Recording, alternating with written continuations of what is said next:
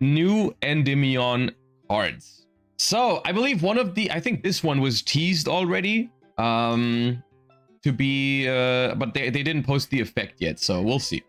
Prince of Endymion Regulus, level 4 light spellcaster effect monster. You can only use the first and second effect of this card's name each once per turn. If this card is in your hand, you can reveal one other spellcaster monster in your hand. You lose life points equal to the revealed monster's level times 300, and if you do, special summon this card. If this card is special summoned, you can add a spell that mentions Regulus, the Prince of Endymion, from your deck to your hand. The first time this card would be destroyed by battle each turn, it is not destroyed.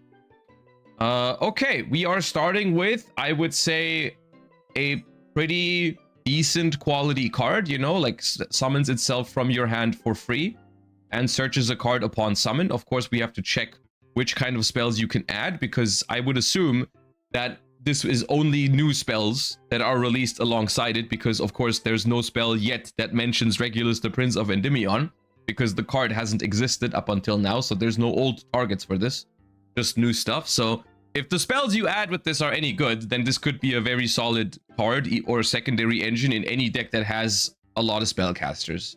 Which I guess is the idea, I think, behind this, because I think Endymion is like connected to a bunch of spellcaster archetypes. Like I think this is also Witchcrafter related, I believe, or whatever. There's other archetypes. Yeah, this one mentions Witchcrafter. There's a couple of archetypes. This card is always treated as a Witchcrafter card. You can only use the first and second effect of this card's name each once per turn. During your main phase, if a spell card or effect was activated this turn, you can special summon this card from your hand. If this card is special summoned, you can add a Witchcrafter spell trap or magical dimension from your deck to your hand. Gains 2300 attack while you have Regulus, the Prince of Endymion, in your field or grave. Wait, no, have I not read this card before? I feel like I have read this card before. This feels very familiar. Yes. Oh, okay, yeah.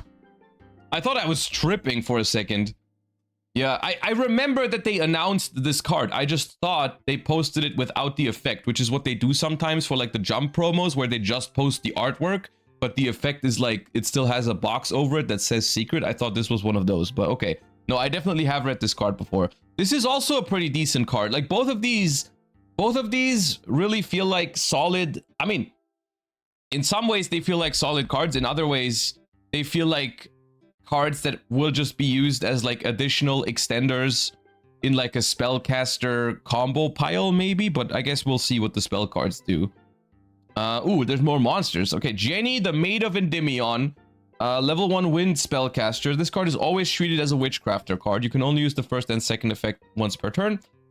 If you control a spellcaster, special summon this from your hand.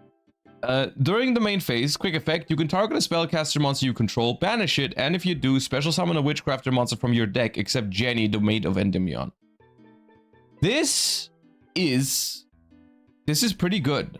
This does trigger on special summon, so this is a good target to summon because it is treated as a Witchcrafter card.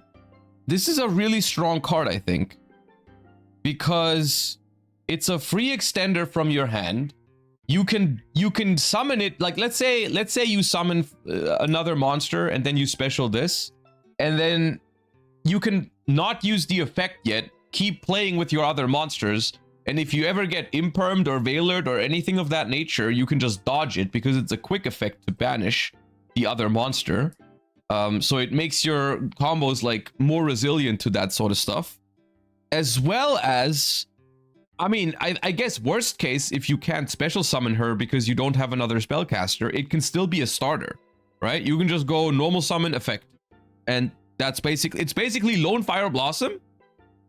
It's Lone Fire Blossom for Witchcrafters, but it's a quick effect, and you can special summon it from your hand, which is kind of crazy because Lone Fire Blossom, even though it doesn't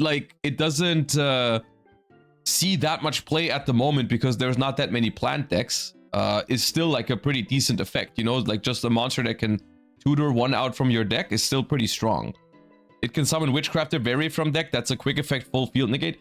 I mean, I always thought that some of the Witchcrafter cards were pretty strong, but I feel like they were just lacking in the spell trap department a little bit, because the spell traps for Witchcrafters always seemed like kind of because I think they all had pretty solid monster effects. But this is pretty good, I think. The Endymion Empire. This card, it throws me off that this is a continuous spell card, because this is like 1000% got field spell vibes, but okay. Maybe Endymion already, I mean, Endymion already has a field spell, right? Like the Citadel. Maybe that's why they don't want to give it a second one. You can only activate one card with this card's name per turn. You can only use the second effect once per turn. When this card resolves, add Regulus, Prince of Endymion, or a monster that mentions it from your deck to your hand. Then, if your opponent controls a monster, you can special summon a Spellcaster from your hand. If a card you control will be destroyed by battle or card effect, you can destroy Regulus, the Prince of Endymion, in your hand or face-up field instead. Okay, now we're talking, I feel like. This is the card, I think, that glues it all together, because this now is a way to find your Regulus very easily. But even more importantly, this also makes it so that Regulus, by extension, can search anything, right? Because this searches a spell that mentions Regulus, which this is a spell that mentions Regulus. And then you can just use this to add any monster that mentions it from your deck to your hand. So you can add the Vere, and the Vere, because you have activated a spell card this turn, the continuous spell, you can now special summon it from your hand and add any Witchcrafter spell from your deck to your hand. So, and also, if the opponent controls more monsters, or controls a monster going second, you can even special summon a Spellcaster, so it makes it an additional extender, right? So now is when this all starts ticking together, right? Now it's like, okay. And once again, this is perfect Spellcaster slop material, right? This is basically slop material. Because all you need is, let's say you have any Spellcaster in your hand alongside Regulus. You can just go special Regulus, search the spell, spell searches Vere, special Vere, search a spell.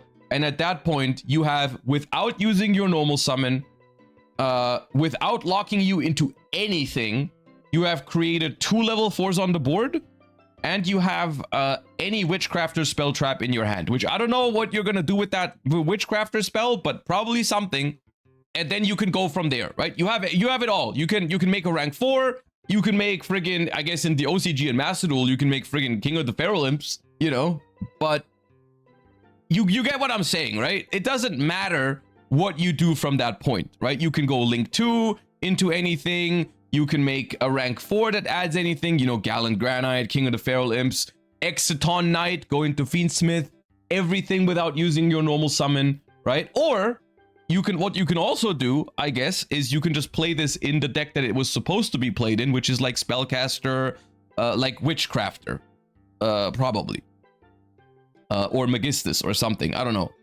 That, I suppose, would require them to put proper locks on cards, which they don't do. Like, these are high quality cards. I don't understand why none of these even says, like, you can only summon Spellcasters for the rest of the turn. Right? Like, I feel like that would have been a fair thing to do, but okay, well, these are good cards.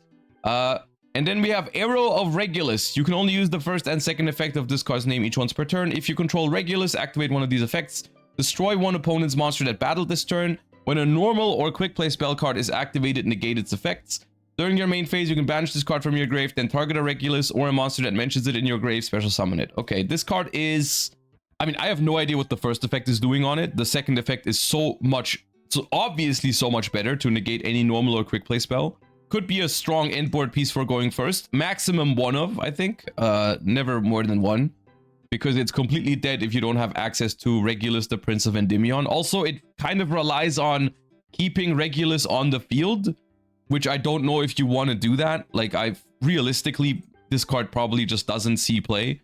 For the most part, you probably just... This is literally just level 4 spam Spellcaster slop with really high quality cards. That also happens to be Witchcrafter support. Right? Am I getting that right? I feel like that's what's happening here. It's like, I can 100% see people, like, play this in any sort of deck that just wants to make a rank 4 and has a couple of Spellcasters in it. I guess the more interesting question, because of course I'm not the biggest fan of this sort of like combo slop playstyle. The more interesting question to me is, does this make like Witchcrafter playable? Which it is pretty good support, and that deck is a very strong shell for this sort of stuff because you're always gonna have a spellcaster to use this effect, right? So I can imagine it. I can imagine people messing around with it and it not being bad, because this is a really high quality engine, right? It's a really high quality, and it's a lot of good starters as well. This is like 12. You can theoretically play all of these as 3-ofs, so you have like 12 really high quality cards in your hand. And for the most part, I don't think it matters which one you draw. They're all pretty good starting points for your combos, right? So you just have 12 really high quality cards to add to the deck. Can it get to Spenta somehow? I'm pretty sure the answer is yes. I'm pretty sure there is a rank 4 Magistus that gets you there. Or you just go, because they are level 4 spellcasters, you can make Artemis and then somehow equip it to something or whatever. Like this definitely gets to Spenta. So yeah, I think maybe spellcasters, who knows? Maybe Magistus spellcaster slop is the new Dragon Link of 2026. I could see it, honestly. It doesn't seem that unrealistic with how good these cards are. It also works well with the new Albaz. Yeah, I mean, obviously it does. The Emre was right. Lore cards are a mistake. That is a can of worms that I'm not gonna open right now. Because on the one hand, I do think that lore is really, really important and really, really awesome, and I like that they're doing it. At the same time, like, you know, you need to be careful with the power level of lore stuff. But we're not gonna talk about that right now because, you know, in general, I think it's pretty cool to have lore behind cards and have something that people follow for a longer time. Like, I think it's good. But yeah. These are pretty good cards. They are somewhat scary as well, I will say. This is scary combo material, but at the same time, I will say, like, we have cards and engines like this in the game already. This is, in that sense, just one more step into that direction of combo slop, or one more entry in the list of decks that can do this sort of stuff. So it's like, whatever, man. It's not my favorite way to make or to print cards, but whatever.